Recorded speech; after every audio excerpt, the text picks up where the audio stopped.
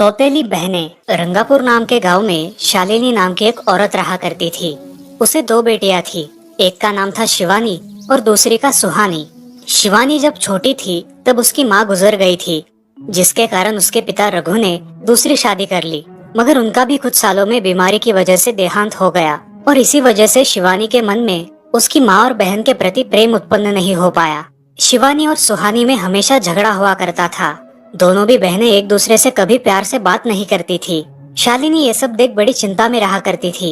ऐसे ही एक दिन, शिवानी सुहानी, चलो आ जाओ, खाना खा लो।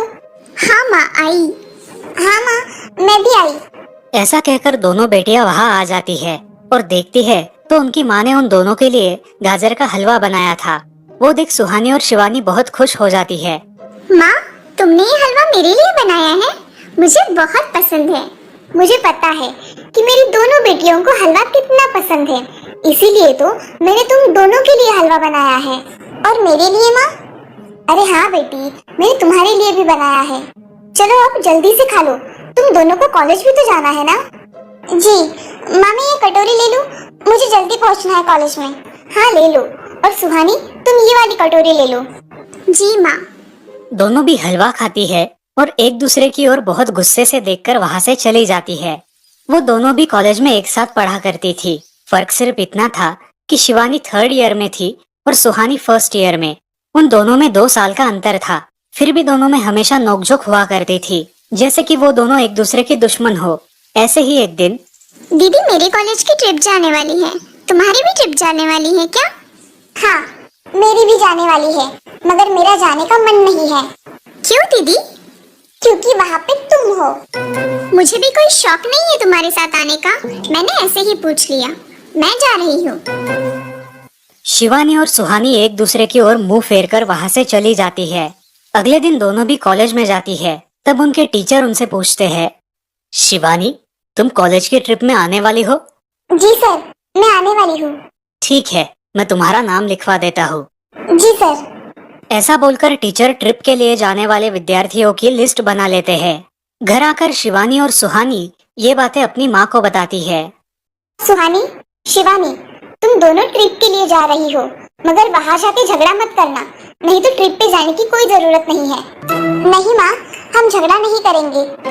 हाँ माँ, हम झगड़ा नहीं करेंगे। तो फिर ठीक है, तुम दोनों जाओ। ये लो ट्रिप के लिए पैसे, और बाकी के ये तुम्हारे पास ही रखना। माँ, हम कल जाएंगे और 2 दिन के बाद वापस आएंगे। ठीक है, चलो अब सो जाते हैं, कल तुम दोनों को निकलना है।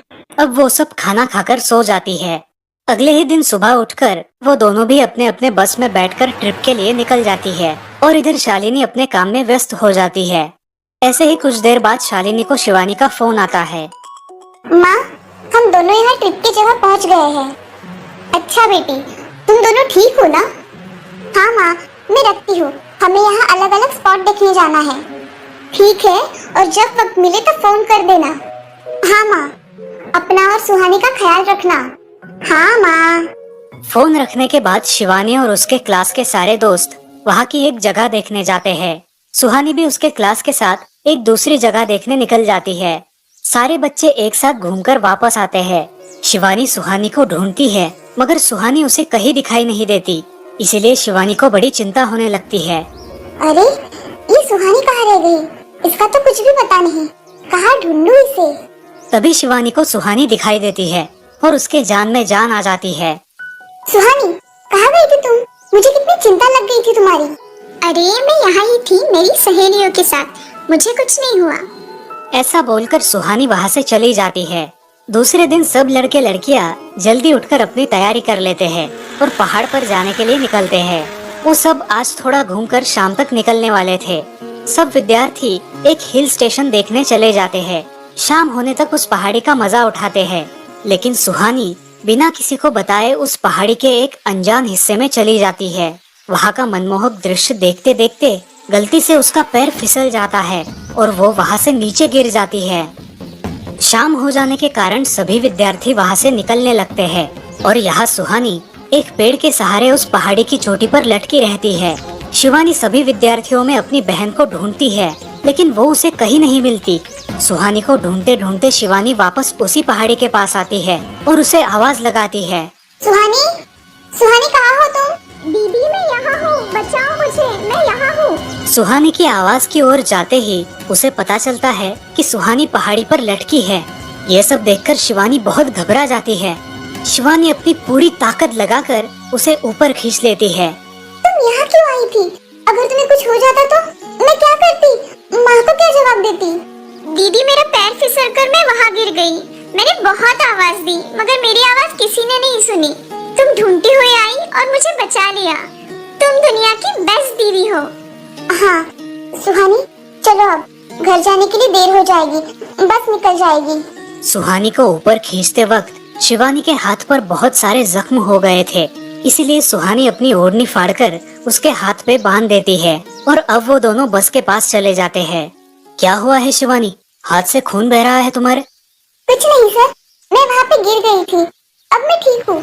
टीचर और सारे छात्र गाड़ी में बैठकर घर जाने के लिए निकलते हैं। घर आने के बाद शिवानी सारी हकीकत अपनी माँ को बताती है और वो सब सुनकर माँ दोनों को गले लगाकर रोने लगती है। तुम दोनों एक दूसरे के साथ होते हो इसीलिए मुझे कोई टेंशन नहीं रहता, मगर मेरी बच्चियों खुद का भी ख्याल रखा करो। उस दिन के बाद दोनों सौतेली बहनों ने अपने बीच की सब नोकझोंक बंद कर दी और हंसी खुशी सगी बहनों की तरह रहने लगी। दोस्तों, इस कहानी से हमें ये सीख मिलती है कि हम सबको एक दूसरे के प्रति द्वेष की भावनाएं छोड़कर प्यार से रहना चाहिए। चंदनपुर नाम के गांव में चंपा नाम की एक औरत रहती थी। पति, 2 बच्चे और एक बेटी, ऐसा उनका पूरा परिवार था। उसका पति श्रीधर पोस्ट ऑफिस में जॉब करता था। उसके कमाई से ही घर चलता था। चंपा ने अपने घर के सामने एक छोटी सी दुकान खोल के रखी थी। उससे उसे जो भी मुनाफा होता वो अपनी बेटी की शादी के लिए जमा करके रखती। ऐसे ही बहुत दिन बीत जाते हैं। अब बच्चे भी बड़े हो जाते हैं। बड़ा बेटा अशोक डॉक्टर और छोटा बेटा रवि वकील बन जाता है और दोनों अपनी ट्रेनिंग पूरी करने लगते हैं। एक दिन उनकी बहन ज्योति के लिए एक अच्छा रिश्ता आता है और ज्योति की शादी पड़ोस के गांव के सरपंच जी के बेटे से हो जाती है। ज्योति बहुत ही कामचोर और गुस्सा करने वाली होती है। इसी कारण उसके ससुराल से उसे निकाल दिया जाता है। वो अपने पति को लेकर अपने मायके रहने आती है। अब चंपा का जमाई दुकान चलाता है और चंपा और ज्योति आराम से वहाँ रहती है। अरे ज्योति, जरा अपने कामचोर पति को कुछ काम करना क्यों नहीं सिखाती हो? कुछ काम का नहीं है वो। अरे हाँ माँ, उनके पिताजी ने तो उन्हें ही घर से निकाल दिया और हमारे माथे मर दिया। जाने दो, पति है। माँ और बेटी इसी तरह तानेबाजी करती रहती। अब बड़े बेटे अशोक की शादी उन्हीं के गांव के एक लड़की से करा दी गई, लेकिन उस लड़की से भी चंपा बहुत काम करवाती और वो बेचारी सासू माँ का आदर करके सब काम चुपचाप करती थी। एक दिन वो काम करके थक गई और एक जगह पर बैठ गई। ए कामचोर कमला, इतना सारा काम पड़ा है घर में, क्या वो तुम्हारा बाप आके करेगा? चलो उठ, काम कर। हाँ हाँ माँ जी, करती हूँ। ऐसा कह के कमला अपने काम पर लग जाती है और सारा काम खत्म कर देती है। चंपा अपने बेटे अशोक से घर आने के बाद चुगलियां किया करती थी। अशोक घर आकर कमला को बहुत भला बुरा कहता और कभी कभी तो उस पर हाथ भी उठाया करता था। ये सब रवि देखा करता था और रवि को बहुत बुरा लगता था। अशोक मारने आता तो रवि बीच में पड़ जाता और माँ बाप को डांटता था और वही झगड़ा खत्म हो जाता था। ऐसा बहुत दिन चलता रहा। रवि को रंजना नाम की एक लड़की बहुत पसंद थी, जो कि एक न्यूज रिपोर्टर थी। क्या तुम मुझसे शादी करोगी? मुझे तुम बहुत पसंद हो। हाँ, मगर रवि, तुम्हारे घर में तुम्हारी माँ का बर्ताव मुझे बिल्कुल पसंद नहीं है, इसीलिए पहले तुम इसका कोई हल निकालो। अरे रंजना, मैं हूँ ना तुम्हारे साथ, तुम्हें टेंशन की क्या बात है? मगर रवि, तुम भी अगर मुझे मारने पीटने लगे तो मैं तुम्हें कोर्ट में खींचूंगी। अरे हाँ बिल्कुल, वो तो तुम्हारा अधिकार है। अगले दिन रवि अपने घर में रंजना के बारे में बताता है। रवि की माँ चंपा उसे साफ मना कर देती है। रवि, तुम्हें कुछ समझ आता है या नहीं? अपनी बिरादरी की लड़की से शादी करो बेटा। इस घर में ये आखिरी शादी है और मेरे भी कुछ अरमान है बेटा। अजय, आप कुछ कहते क्यों नहीं? हाँ बेटा, तुम्हारी माँ सही कह रही है, तुम इसकी बात मान जाओ बेटा। नहीं पापा, मैं शादी करूंगा तो सिर्फ रंजना से, वरना मैं शादी नहीं करूंगा। सब चुप हो जाते हैं।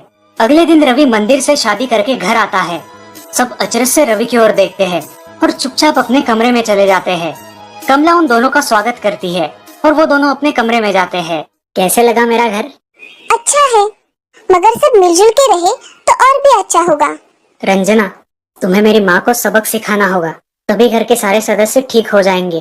ठीक है रवि, जैसा तुम चाहो। अगले दिन रंजना अपने घर के मंदिर में पूजा करने जाती है। तभी रुको, मेरे भगवान के मंदिर में तुम मत आओ, जाओ यहाँ से। ये कहकर सास रंजना को वहाँ से भगा देती है और घर के किसी भी काम को करने से मना कर देती है। तब क्या माँ जी, आज से मैं इस घर की बहू हूँ। इस घर पे मेरा भी उतना ही अधिकार है जितना कि आपका। क्या बोल क्या रही हो? निकल जाओ मेरे घर से। खबरदार अगर हाथ भी लगाया तो। पता है ना, मैं न्यूज रिपोर्टर हूँ। रातों रात खबर छाप दूंगी और कोर्ट के चक्कर लगेंगे वो अलग, समझिए आप। सास चुपचाप देखने लगी और उसकी बेटी और ससुर भी देखते ही रह गए। रंजना ने कमला से कहा, दीदी, मुझे आपसे काम है, आप मेरे कमरे में आइए। और हाँ, आज से खाना ज्योति दीदी आप बनाएंगी। अरे माँ, तुम कुछ बोल क्यों नहीं रही हो? ये मुझे काम करने को बोल रही है। अजी सुनते हो? चलो मेरी मदद करो। हाँ आता हूँ। ज्योति किचन का काम करने चली गई और सास बाहर का काम करने लगी। रंजना कमला को लेकर अपने कमरे में गई और उससे कहा, कमला दीदी, आप कुछ कहती क्यों नहीं? आप चुपचाप सह लेती हो, उसका ये नतीजा है। अब देखो दीदी कैसे काम कर रही है। आप कुछ काम करती थी क्या शादी के पहले? नहीं रंजना, मगर अब घर से ही अपना खुद का कुछ व्यवसाय शुरू करने का सोच रही हूँ। बहुत अच्छी दीदी, अब आप किसी से मत डरिए, हम हैं आपके साथ। सच में किसी के साथ होने का कितना महत्व होता है। अब उसकी सासू माँ ही घर के सारे काम करने लगी थी और ज्योति को काम करवाने की वजह से ज्योति भी अपने ससुराल जाने की सोच रही थी। अजी, यहाँ तो काम वाली से भी ज्यादा बुरी हालत हमारी हो गई है। चलो हम हमारे घर चलते हैं, सब है हमारे यहाँ। अरे रे, आप कहाँ चली? अभी भी काम बाकी है। ज्योति का पति रंजना से धन्यवाद कहता है और ज्योति को लेकर अपने घर चला जाता है। अब सासू माँ एक दिन पूरा काम करके इतना थक जाती है कि उसके बदन में बहुत दर्द होने लगता है। तब दोनों बहू सास के पास चली आती है और एक बहू सास के पैर दबाती है तो दूसरी बहू सर दबाती है। सासू माँ उठकर रोने लगती है। मुझे माफ कर दो मेरी बेटियों, अब से कभी ये गलती नहीं होगी। सास को उसके किए पर पछतावा होता है और ये देखकर घर के सभी सदस्य बहुत खुश हो जाते हैं। रवि और रंजना भी बहुत खुश होते हैं। वाह बहू, जो आज तक नहीं हुआ वो तुमने करके दिखाया। बहू हो तो ऐसी। रंजना अपने बर्ताव के बदले माफी मांगती है और अब सब लोग खुशी खुशी रहने लगते हैं। तो दोस्तों, इस कहानी से हमें ये सीख मिलती है कि हम सब मिलके परिवार बनता है और हम सब परिवार का महत्वपूर्ण अंग होते हैं। परिवार के काम मिल बांट कर करना ये हमारी वैयक्तिक जिम्मेदारी है।